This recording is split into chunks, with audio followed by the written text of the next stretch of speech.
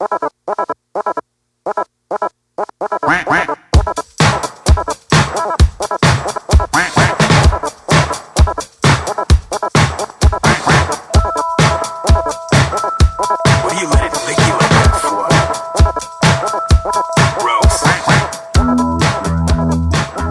everybody, welcome to episode 2 of Trapped in a World, the Howard the Duck podcast. I'm here with my good friend Russell. Say hi, Russell. Hello, listeners. We're here today to talk about some more Howard the Duck, well, not Howard the Duck issues. I guess we're here to talk about giant-sized man-thing issues. Volume 1, number 4, and Volume 1, number 5. This podcast, we pretty much just discuss Howard the Duck in comic book form, and we'll get to some other media someday if we ever feel like it. We'll really have to feel like it if we want to get to Howard the Duck and other media. But we usually just discuss 2 comic book issues or an arc if it's longer or shorter or whatever, and then just talk about all the crazy stuff that Howard the Duck entails and all his creators entails, which I found out some interesting things about one of the creators on this issue. Ooh. These issues today. It's not that interesting, actually. Oh. Interesting enough to talk about it for 2 seconds. But anyway, Russell, how have you been? Happy New Year. Yes, Happy New Year, Knol. 2021 was a quacker of a year. It was quite ducked up, man. I wish the universe would throw me some bread, man. Even though that's bad for ducks. So don't do that. Don't do that. Humanity is just begging at the feet of the world for some bread. Yes. And that's where we all are. Yeah, it was a year, another year of COVID, another year of mutations, and not of the good kind that give you superpowers. The kind that cripple your lungs and make you die. So it's I feel like COVID was saying, second best, don't cut it, bub. They got to be first. Yeah, and I think now we're on the number 3 variant, and it's been pretty cool, pretty cool. Except for they've said now a little behind the scenes. We're recording this before the new year, obviously. This doesn't come out the day that we record because I've got to be professional and edit things and make the jokes land harder with some volume bumps and things like that. But yeah, so far they've been saying that this one is gonna pass by maybe quicker. Yeah, and be less deadly or something. I don't know. Yeah, I saw a headline that says this one won't put you in the hospital. Gee, thanks. But great. But without further ado, let's just jump into these comic books because they are incredible. So, to my eyes, they're incredible. They are. No, I'm not denying that. I can't wait to talk about these. So first, we're going to talk about giant-sized man-thing or small-sized duck thing, Volume 1, number 4, and this is a backup in the man thing. He jumped around. First we had Adventures into Fear, leading to his own solo title of Man Thing. And then from Man Thing we got Giant Size Man Thing, because everything in the 70s, as we know, had to be giant sized. Yes. Nothing better than a giant sized man thing other than maybe a giant sized X-Man, but I don't know. Yeah. Put an X on that man thing. That giant size X-Man will put you through college. But this is a backup in Giant Size Man Thing number 4, and it's called Frog Death. And the cover was by the interior artist Frank Brunner and Glynis Ween. How do you do it? I usually say Ween. Yeah, I think I do too, but something came over me. Release date was February 4th, 1975. So this is 2 years? Yeah, almost 2 years after his first appearance, I believe. The cover date says May 75. The writer was, of course, the incredible Steve and Weird Steve Stanley Gerber, penciled by aforementioned Frank Brunner. Inker was also Frank Brunner. Colorist was also Frank Brunner. The letterer was Tom Orzenchowski. That's Smitty Werbenheimer Man Jensen. Who put what in the who now? And it was edited this time actually by Len Wein. So not Gerber's best pal. And then we're going to have Russell read out the synopsis for this issue, and I'm going to read along in my finally came in the mail, the Howard the Duck Complete Collection, Volume 1. So, of course, we both got it here. I was reading digitally for the other Man things because one day I'll collect some of those issues, but that first appearance of Howard the Duck is not cheap. Okay. Improv. After months of falling between the dimensional void and the world Howard was stranded on during his battle against the Overmaster, Howard lands back on Earth. However, this time he lands in Cleveland. Befriending some children, Howard asks and they take him to the nearest cigar shop, where the indifferent owner is given a shock, first by Howard's currency, U.S. money with ducks for presidents, and later his duck appearance. When asking the children why the cigar shop owner was on edge, they point out Garco, a man who, since moving into the neighborhood, has sat in the window of his fourth-floor apartment looking into a jar and occasionally yelling about taking over the world. Garco, talking to himself, debates over the merits of ruling the world and decides that the point of acquiring power would be to get more power, which would equate to killing people. Opting to just cut out the world conquering and skip to the killing, he consumes the potion in his bottle and transforms into a giant-sized man-frog.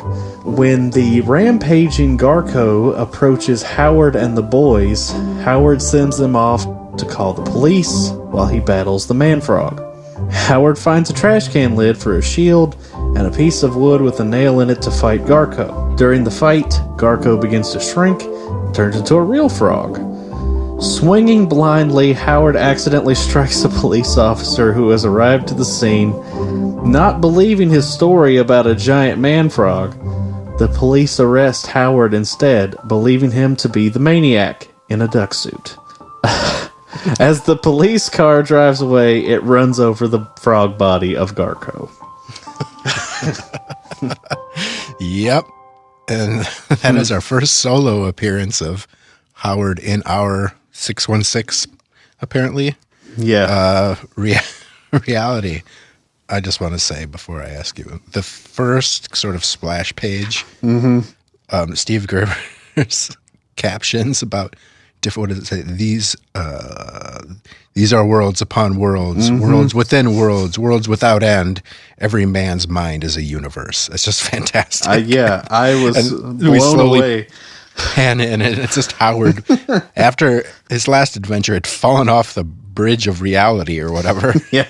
And for months and months, it's just been falling.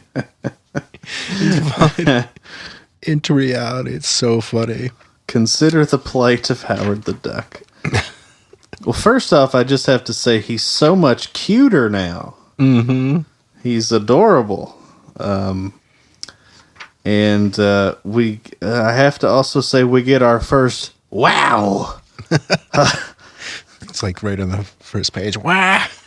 He's back in the world of hairless apes. One of my favorite Howard catchphrases. Mm-hmm. I think my favorite little bit of dialogue here is he asks the kid to take him to the cigar shop, and he says, "But how do I know this ain't a wizard's trap?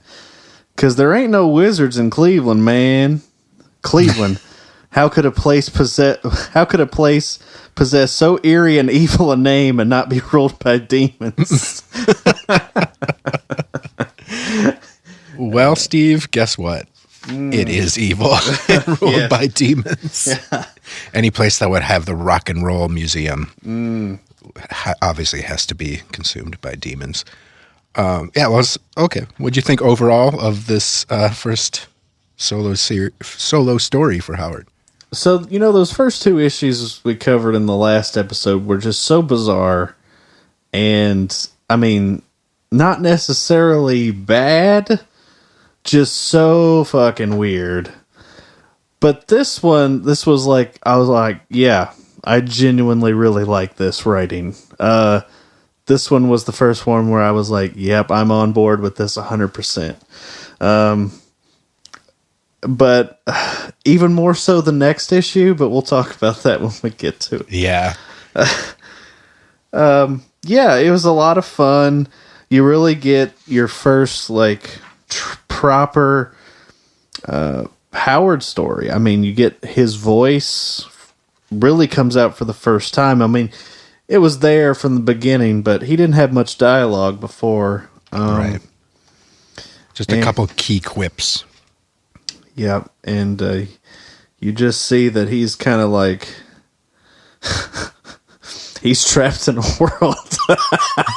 But, yeah, it's just misadventures, which I always like that kind of thing, where, like, he does not want to be there. He's just running into shit, like... And he happens to run into a giant-sized man-frog. Mm-hmm. Perfect, I don't know what we would call that. Synergy between the two titles in here. Yeah. What did you think? Yeah, it's great. It does finally, I mean, obviously it's his first solo series, but then right away it's like, oh, yeah, this kind of sets up where we're going to be going, that Howard's got, that he's trapped in a world he never made, but he wants to be a hero, like right away. Like that, yeah. The next issue would kind of get even more into that and why he wants to be a hero. Yeah. But yeah, it's really fun, and it's just like right away a weird villain for him to fight. And I like the fact that he picks up a stick with a nail in it and a trash can lid, which is pretty fitting for kind of Howard stuff later on. But that I think when he hits that cop in the face, I'm like, how did he not? He's got a nail in that board. Yeah. But he sort of backhanded him, I guess, without the nail side. So of course he's going to get arrested. I just love the fact that they think it's a little dude in a man's or in a frog in a duck suit. Yeah. It's pretty hilarious to me. But the art is really cool. I mean, no diss on Val Mayerik, who originally created the character with Gerber, but this guy's art I just think is really neat. It's pretty different for Marvel Comics. He apparently, some of his first stuff that Frank Brunner did was like creepy and eerie and Vampirella. He worked on that stuff, which is pretty apparent in here. And then he got into Marvel Comics somehow. I'm not exactly sure how, and did like a backup of a Watcher story that was in a Silver Surfer, like an early Silver Surfer, number 6, I believe. And then he went on to do a long run on Doctor Strange with Steve Englehart, and that's where I first saw his work. And they did the story where the Ancient One dies, and Strange really becomes the Sorcerer Supreme, which is pretty cool. Yeah. Sidebar: I've been slowly making my way all Doctor Strange stories in chronological order. It's been great. Oh yeah. Yeah. Starting with Ditko? Yep. Wow. That's a lot of stories, man. I skipped the Dormammu stuff because I'd read all that before. I wanted to read the stuff that I hadn't read. But yeah, man, those like early stories, like I think that's some of Stan Lee's best writing. And Ditko just blows it out of the water with his art. It's amazing. I think that issue where Dormammu fights Eternity is like one of the coolest comics ever. Yeah, these guys were just like a couple of old dudes digging into their imagination and like clearly not high as hell or whatever.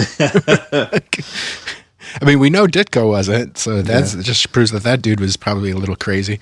But yeah, the range of Stan Lee sometimes, even if he's not necessarily, it's debatable about how much he actually had to do with the plot on any story that he's written, but just his scripting is really, Ditko wasn't coming up with every weird name and every weird thing. I mean, I know they stole some from from other fiction. But Shumagorath. yeah, a lot of Lovecraftian stuff that they stole from, which makes perfect sense. I mean, Steve Englehart had said that during his run, he was going through a lot of that stuff too, and swiping left and right. So yeah, those Doctor Strange comics are great. I mean, it really comes out to me still like Stan Lee's top writing is the Silver Surfer.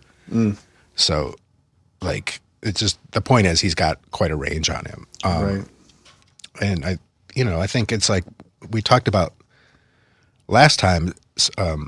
Steve Gerber was a big Marvel Comics fan. He was a fan of Stan Lee's scripting and writing, and he started writing his own and drawing his own comics when he was just a kid.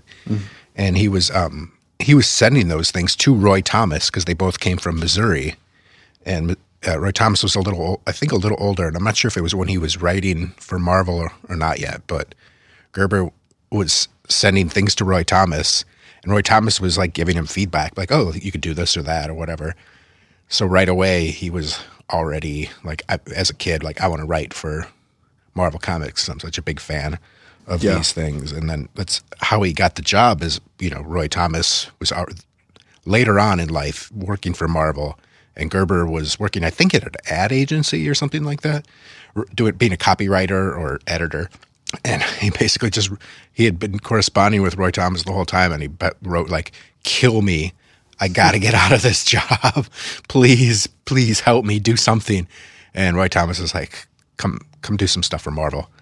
And nice. that's how he got into the industry in the first place. And the fact that, I mean, he was, I think, he may have still even almost been just barely an adult at that point. And he was pretty young when he started scripting for Marvel. And by the time he got to Howard, he was still a pretty young man. So he was a young dude full of a lot of weird ideas. And the fact that Roy Thomas and Len Wein and some of those guys were just like, go for it, man. Yeah. do whatever the hell you want, really, is pretty great. Like we had said before that Roy Thomas, I said barely edited by Roy Thomas. And the truth is later on, Howard the Duck wasn't edited by anyone. Gerber was the editor on his own comics. So it's pretty great. Yeah, I think it's a strong start for Howard. It's fun. It's like immediately he's, doing some continuity. We've got, like the next story immediately follows up what happened after Howard's arrest, because of course I'm sure people are reading this and being like, they arrested the Duck? Of course they arrested the Duck. Those damn Cleveland cops, as we know. Have you played Cleveland? Oh, yeah. Yeah. I've been to Cleveland many a times. I've only been there once, and I don't think I care to go back. I've had a lot of debates with people over the years about what's the worst state in the union. And most people always say, right away, they say Florida. They just always do. And Florida, to be fair, is pretty awful. But there actually are some really good people from there, some really good parts of Florida. The West Coast, the west side of the state, there's some culture and art that I'm sure there is everywhere. And I'm sure there is in Ohio too, but my argument is always that Ohio is the absolute worst state in the union. It was in the election of George W. Bush, Ohio is what put him over the top. And I was actually there in 2004 when he won re-election. We played a show there election night at a college somewhere in a smaller town. I don't remember where.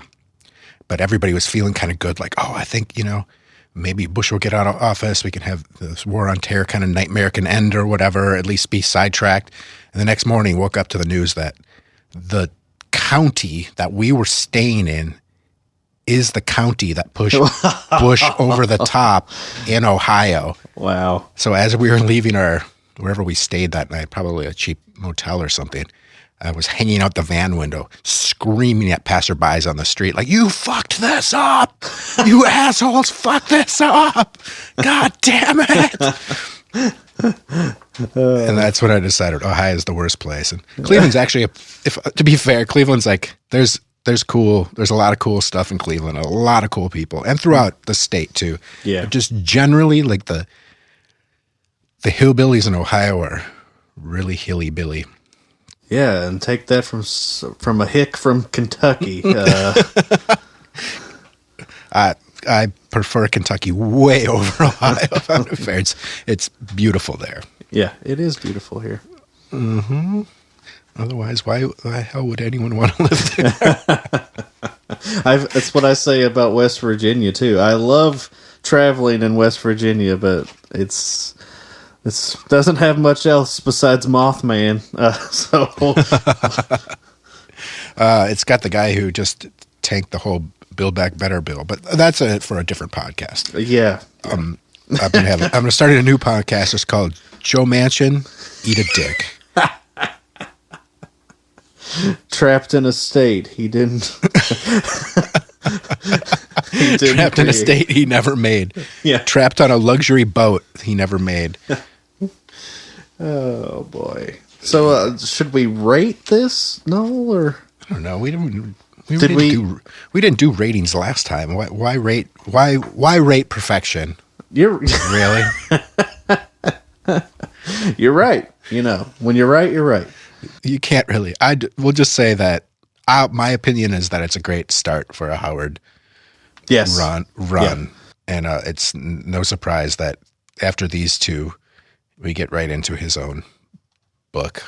And as much as I like this one, though, no, this next one, let's just get to it. Let's just get to it. Yeah. Giant Size Man Thing, Volume 1, Number 5, called Hell... Hell Cow. Hell Cow! There's an exclamation point. I'm not sure which. And we've got a cover this time by Gil Kane and Dan Atkins. So Gil Kane's getting his little fingers up in the mix. That's cool. It says release date May 20, 75. Cover date August 75. I'm still confused on how this works. I don't either. The release date's May. Yeah. Cover date. Was things different? I still think things are dated that way. Weird. Yeah. So is it like the date covered release date May, but the cover date is August? I don't know. Somebody older than me needs to write in and tell us what the hell that means. Yep. And the writer, of course, Stanley Gerber, penciler again, Frank Brunner, Tom Palmer on inks this time, and Glynis Wein on colors this time. Letter Annette Kawecki. I'll just go with that. And editor, once again, Len Stanley Wein. Everybody's just going to have that. That's I've been doing that joke a lot. That's a Chip Zdarsky, Howard the Duck joke, actually, from his run. Everybody is just Stanley. So, it's a poor man's rich man. Yeah. All right. Well, Howard the Duck languishes inside of a Cleveland City jail cell. Police Commissioner Gordonsky mistakenly believes that Howard is a little person dressed as a duck. He attempts to remove his costume, but is shocked to discover that Howard is a genuine duck. Sign us up for a Blue Chew sponsorship. Unwilling to risk public... You forgot the part where I injected a little... Oh, I thought I was supposed to do that. Was it? Yeah, do it. I did. I thought we were going to do something about his corkscrew penis. See... You're better at this than me because I just went with the Blue Chew joke. Right. Well, we're both going with jokes from Capes and Lunatics podcast. Lilith had reminded us that we have to have a Blue Chew joke, but then also the fact that they've got curly corkscrew penises, and any lady duck that wowould make Howard would be terrified. Yes. Anyway. So Commissioner Gordonsky, unwilling to risk public humiliation, he orders Howard's release. All right, here we go. Circa 1675, Bessie, a domesticated cow living in a Swiss farm, becomes the prey of Count Dracula, who was unable to find any humans to feed on. Bessie seemingly dies and upsets Hans. Her owner lays her to rest. Unbeknownst to Hans, Bessie has become an undead monster known as Hell Cow and rises from her grave some 3 nights later in search of Dracula to take revenge on him. Which is Marvel continuity right there. Yeah. I wonder if this is referenced in Tomb of Dracula. In present day, Howard decides to develop a strong reputation in Cleveland in the hopes of one day becoming a police officer. He reads a local newspaper which tells of a series of mysterious farm slayings. Howard is investigating the deaths of 4 farmers in Cleveland, Ohio. Wow, that's really specific. Howard initially concludes that the perpetrator must be a chicken. Because he doesn't trust chickens. I never trusted a chicken. They might really cock it up. That night, Howard masquerades as a human wearing a human-sized trench coat. So this is where the TMNT got it. This and Ben Grimm. Wearing a human-sized trench coat with a hat on top like something from Scooby-Doo, and wanders the city streets in hoping of luring the killer out of hiding. Suddenly, the vampiric bovine known as the Hell Cow swoops down out of the sky and attacks Howard. It kicks him into an auto parts store and attempts to drink his blood. Howard keeps Hell Cow at bay with a cross-shaped lug wrench and manipulates her into diving into a pile of tires. As Hell Cow attempts to wrest her fangs free from a white wall tire, Howard reluctantly destroys her with a stake and hammer. Although Howard solves the mystery and saves the day, he calls out to the arriving police officers and is ignored and is denied the chance to become a police officer. No, this is the greatest fucking comic I've ever read. It is so great. It made me literally laugh out loud, and that is not easy for a comic to do. What got me immediately, I mean, we got the build up there, you see the title, you see Bessie in action, and she says, ha ha ha ha, moo. Yeah. I know, that made me laugh too. I was just like, okay, I remember this a little bit, and she looks. Frank Brunner once again, like his history of horror comics really comes out because it's drawn so seriously. She looks horrifying, for a vampire. I love how she's just a cow with Dracula's cape. Yeah, when Hans first finds her, he goes into the barn and there's just a pretty little cow with a Dracula cape on looking at him. And then she bares her fangs and takes him out. It's so funny. And then turns into some kind of bat cow and flies away. Moo. Oh, shit. It's so fun. But when Howard is deciding to fight her, the art is so great. Like, he's got the tire iron, but then he has Mjolnir and a hammer they drew just looking exactly like Mjolnir for his hammer. I gotta read this though. And then when he's ducking underneath her, they show her udders, and they look all veiny and disgusting and vampire-like. And then it says, the Hell Cow 2 hurls herself at her target, but misses her cold, unmilkable udder. Her barely brushing Howard's feathery crown. Oh, it's gonna be my new Twitter handle. Cold, unmilkable udder. Yeah, like going back to the beginning of the story. Yeah, we should. Yeah, it says the very first splash page says "Free the New York 8 million," and I was like, okay, That's funny to have in Cleveland. But his just panels or his captions are so funny. And of course, the Gordon reference is really hilarious too. Yeah. It's like he starts the satire in comics. Like, Gerber wasn't just focused on, the world. Like later on, we'll get into politics and a lot more stuff. And there's already a little bit of that right away. Mm-hmm. But just like making fun of other comics right away is super funny. And the fact that he's like makes this duck strip down.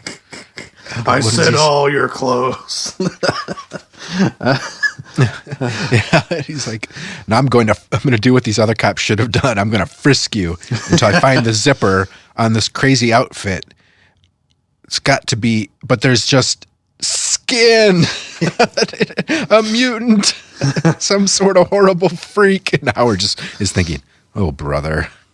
And then he runs out of there like as fast as he can. And he's like, we've booked a duck. You're free to go. And then Bessie. Oh, yeah. Bessie. It's just like a non sequitur right into Bessie the Hell Cow. It's so funny to me.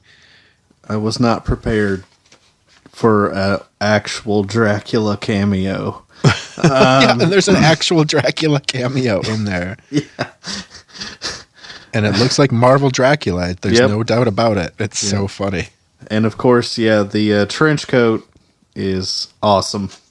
The Marvel staple of how do you go undercover is you put but it's just he's doing that thing where it's like two kids, pile on top of each other and wear a trench coat to try to look like an adult. Yeah. And Howard's little eyes are just peeking out from the middle of the trench coat. Except he's using like a mop to keep it. Or it's either a mop or like a floor squeegee or something. Yeah, it totally looks like a squeegee. And then Bessie just like there's that great panel of like Bessie's eye, and you can see the reflection of Howard in it. Yeah, and she's like, "This could be the stranger." She wonders if he might have changed clothes after all this time. She must investigate, and just swooshes down as a giant bat. And Howard just like, I'm being dive bombed by a cow. Yeah. What's so great is like Howard is the straight man, really. Yeah. And that's what Steve Gerber had said a lot. He was just like, no, it says it right on the cover. Trapped. It's like the Marvel universe is insane. So insane that even a duck from another dimension would think this place is messed up. And of course, Bessie's death rattle. Moo. And then I love how he's like, Tompkins, look, it's me, Howard. I did it. I got the farm killer. Tompkins, wait, where are you going? Don't leave. Wow. Yeah, the cops just kind of look at each other, and one's kind of gritting his teeth a little bit, like, what the hell have we walked into?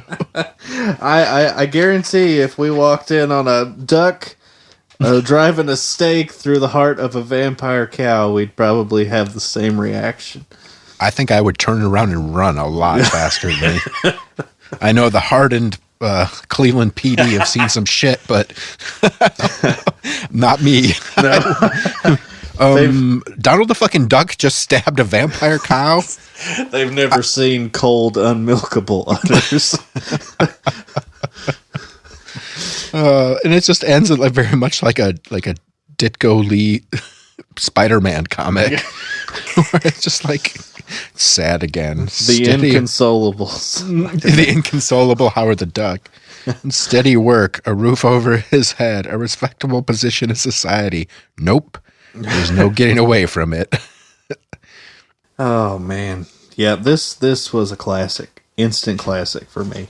Yeah. But so it's almost his first solo issue is January. So was that almost a year later? I didn't look into the chronology of when they actually came out. It's about 6 months later.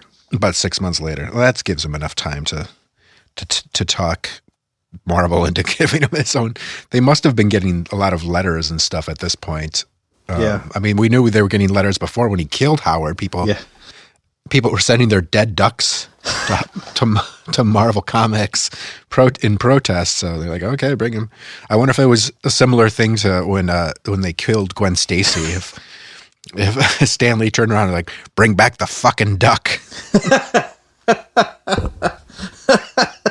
I don't care how you do it. Just bring back clone. No. But a clone is a little hint for the future, actually, ladies and gentlemen, and people of all types. Also noticed that Spider-Man is in this first issue that's coming. Or at least he's on the cover conveniently. Well, yeah, I mean, it's basically if you wanted to sell a comic. Yep. Spider-Man was in so many first issues of comics back then, but yeah, spoiler, Spidey's in it. Not a lot, but Spidey's in it, and it's still Frank Brunner. He actually did, I guess, the first couple issues. I'm not sure exactly how many he did before we get to Gene Colan, but he did at least a couple. And the two of them, Frank Brunner's stuff was perfect for the Man Thing, but I think, and it's good, and it's really good for Howard in general, but I think it even takes a step up later. Yeah, I really like his Howard like design. Like it's like we said, he's cuter than he was in his first appearance. I don't know. It really pops for me. Yeah, me too. It's there's something about it that just, I mean, it's very Disney. Mm-hmm. It's just Howard's design on its own, and it's like I've never read them, but some people say that those Disney like comics and strips and stuff that they made of characters like Donald and stuff are actually fantastic, and they're really great artwork. I've never read them. I should look into that sometime. But just the juxtaposition between this cute Disney-fied duck holding a cigar, and all the horror that goes on in Cleveland. It's really, really funny, and they totally keep that up. I mean, with Gene Colan stuff, like later, it all looks a little more Marvel-y, I'll have to say, but just the horror of this fucking vampire cow with this cute little duck is hilarious. It's so funny, funny. And Howard's his first appearance, he kills a cow, which is horrifying. And very 70s. It's it's the stuff with it's a kind of a funny way to get around the comics code. Yeah. In a way, it's because it's like I don't even know if this one was approved by the comics code. No, it was. Yeah.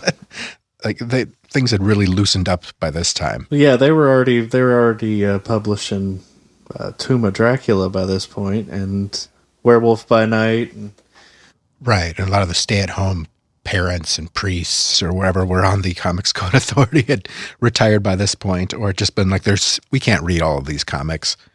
There's no way. Like, okay, is there a zombie? Nope, no zombie. Fine, approved by the Comics Code. What the hell is a Zawambi? Whatever, approved by the Comics Code. Stamp of approval. Yeah, we forgot to mention, because we went over why the Comics Code, like, why it was a thing, and, vampires weren't allowed to be used, blah, blah, blah. But forgot to mention that, like, Morbius was one of their first ways to get around that, simply by calling him the living vampire. Yeah, because they read the Comics Code like verbatim and said they could argue, well, this isn't a vampire, it's a living vampire. He was a scientific vampire, not a traditional vampire. Exactly. So you could totally do it. Yeah, the Comics Code Authority was weird, though, because it was like every so often there's just like a bunch of senators or whatever who get their, whoever they are, who get their underwear in a bunch and decide that something is harmful for children, and later on we had the PMRC with Tipper Gore and those types. And Comics Code Authority was kind of one of the first one of those, and I forget the guy who Seduction of the Innocent or whatever. Yeah. Frederick Wertham. Yeah. Wrote this book about how comic books were so terrible for children, and he claimed to be a child psychologist, but people have said otherwise. But he basically said we need to censor these books, so we put together a group of people that will decide what's good for children. And then they had a list of the things that couldn't be in. Mm-hmm. And I actually just found Some of the listeners says, crime shall never be presented in such a way as to create sympathy for the criminal. If crime is depicted, it shall be as sordid and unpleasant activity. Police, judges, government officials, and respected institutions shall never be presented in a way to create disrespect for established authority. So, wow. A criminal shall not be presented as so to be rendered glamorous or to occupy a position which creates a desire for emulation. Wow. So if you can't have a pretty looking villain. So that's part of why they put Dr. Doom in a mask, I guess. Scenes of excessive violence shall be prohibited, of brutal torture. So, comics before this, if you read some of the pre-Comics Code horror books, they are horrifying. Yeah, Act like some of the things that they would draw, like people being tortured and sexual, like rape and all kinds of terrible things. But it's like, so in a way you could kind of understand, like, well, maybe we need to curb this a little bit for certain audiences. But this Comics Code is just ridiculous. Like all scenes of horror, excessive bloodshed, gory or gruesome crimes, depraved lust, sadism, all things shall not be permitted, basically what they say. All lurid, unsavory, gruesome illustrations shall be eliminated. The list goes on and on. But it says nothing about a talking duck. So, did you ever read that or see the episode? There was Tales from the Crypt with a axe-wielding Santa. And that one was very gruesome. Like, that was pre-Comics Code. It was crazy. But that was the one that always comes to mind. Well, the way they were able to kind of get around the Comics Code in the 70s when it first started doing, and I think we had talked about this on your other show, Tomes of Evil, is they started doing the magazines. Yeah. Because magazines then didn't count. And that's why, like, Howard later got a black and white magazine, and they were really able to do some kind of push. Steve Gerber was able to push the envelope a little bit on that stuff. But on the other end of it, they gave him like a newspaper comic strip, which obviously, like, they're not going to be publishing this kind of stuff. And it was a little more Disney-fied. But I mean, it was still satire, but it wasn't quite as gruesome as some of the stuff. There's a little funny thing about one minor aside is Marv Wolfman. The Comics Code gave him shit because that was his actual name, was Wolfman. That's my name, dude. And they wouldn't approve a comic that he had like written or something because his name was Wolfman, and they were like, Wolfman, we can't have werewolfing's comics. That is my actual fucking name, man. Yeah, Marv Wolfman, he got the shaft, but Marv Duckman, he was able to do it, Did Wolfman do it like a pseudonym or something for a while? I don't know. If he tried to get around that, or if he just went to them and said, "Listen, you old fucks." That is just so hilarious. So fucking hilarious. It's just, his name's not F.A. Shits, so I forgot about that already. Fascists and fucking A shits. Yeah, so I don't know. There's not a whole lot for me more to say other than this is super funny. This is such a great comic, and it just no wonder why people were into Howard the Duck. Yeah, I'm wondering what the the people that sent their dead duck. I wonder how they reacted when they brought him back. Were they just like, ducks for everyone? I think they were from Canada, and it was just they probably bought a duck for everybody in Canada. Like a birthday cake or something, or drinks. Yes. They're at the bar. They brought Howard back. Ducks for everyone. Where's Alpha Flight? Yeah. Where is Alpha Flight? I don't think he ever crosses over with Alpha Flight. They keep him in Cleveland for the most part. Does Howard ever encounter the Green Goblin? I believe no. Oh.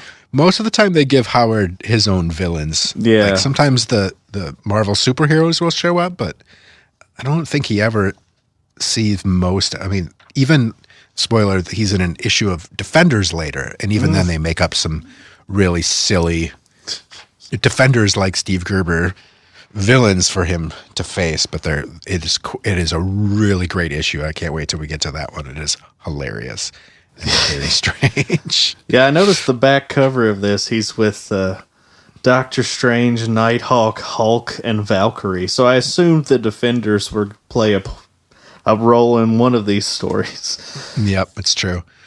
Well, that's about that for Giant-Sized Man-Thing number 4 and 5. And then next time we'll be getting into Howard the Duck number 1. Ooh. Which is pretty exciting, and it gets even more weird. It gets even more Gerbery.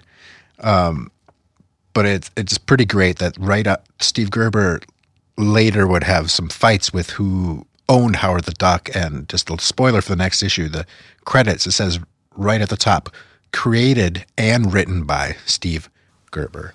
Wow. So just the fact that he was thinking about that early on shows you he wasn't going to be fucking around in 1975. So yeah, that's for sure. Well, that's it for this week. I don't know. Thanks for joining me, dude. Yeah, no problem. I'm really excited. I've got my own sign off now for this. Oh, do you? Yeah. Ready? Okay.